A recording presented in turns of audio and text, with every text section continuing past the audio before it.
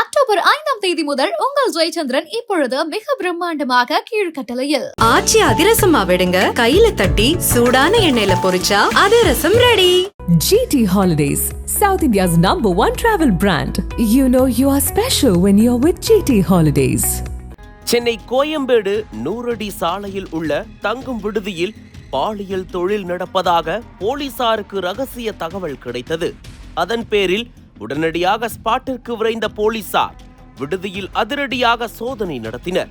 அப்போது அங்கு KK நகரை சேர்ந்த 15 வயது சிறுமியை பாலியல் தொழிலில் ஈடுபடுத்த முயன்றது தெரிய வந்தது. இதையடுத்து சிறுமியை மீட்ட போலீசார் அவரை பாலியல் தொழிலில் ஈடுபடுத்த முயன்ற KK நகரை சேர்ந்த அஞ்சலி, ஆந்திராவை சேர்ந்த சினிமா துணை நடிகை நாகம்மா, நாகராஜ் ஆகிய 3 பேரை கைது செய்தனர். தொடர்ந்து இச்சம்பவம் குறித்து போலீசார் மேற்கொண்ட விசாரணையில் பல்வேறு திடுக்கிடும் தகவல்கள் வெளியானது. சிறுமியின் தந்தை ஏற்கனவே இறந்து விட்டதால் அவரது தாயும் வேறு ஒருவரை திருமணம் செய்து சென்று விட்டார். இதனால் சிறுமி KK நகரில் உள்ள தனது தாயின் தோழியான அஞ்சலியின் பராமரிப்பில் கடந்த 3 ஆண்டுகளாக வசித்து வந்தார். இந்த சந்தர்ப்பத்தை பயன்படுத்தி அஞ்சலி சினிமா துணை நடிகை நாகம்மாவுடன் சேர்ந்து ஆசை வார்த்தை கூறி சிறுமியை பாலியல் தொழிலில் ஈடுபடுத்த முயன்றுள்ளனர்.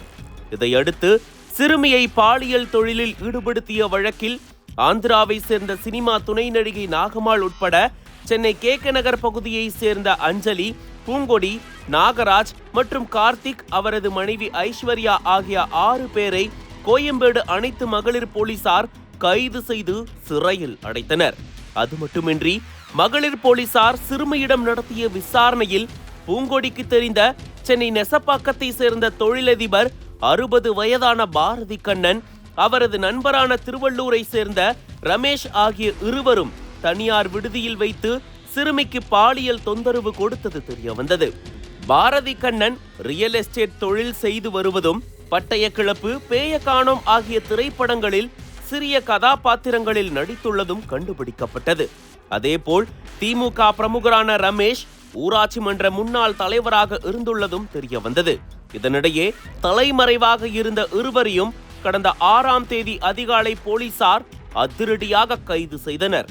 இவர்கள் இருவரிடமும் மேற்கொண்ட தீவிர விசாரணைக்கு பிறகு போக்சோ சட்டத்தின் கீழ் கைது செய்து சிறையில் அடைத்தனர். மேலும் இவ்வழக்கில் தொடர்புடைய சிலரை போலீசார் தீவிரமாக தேடி வருகின்றனர்.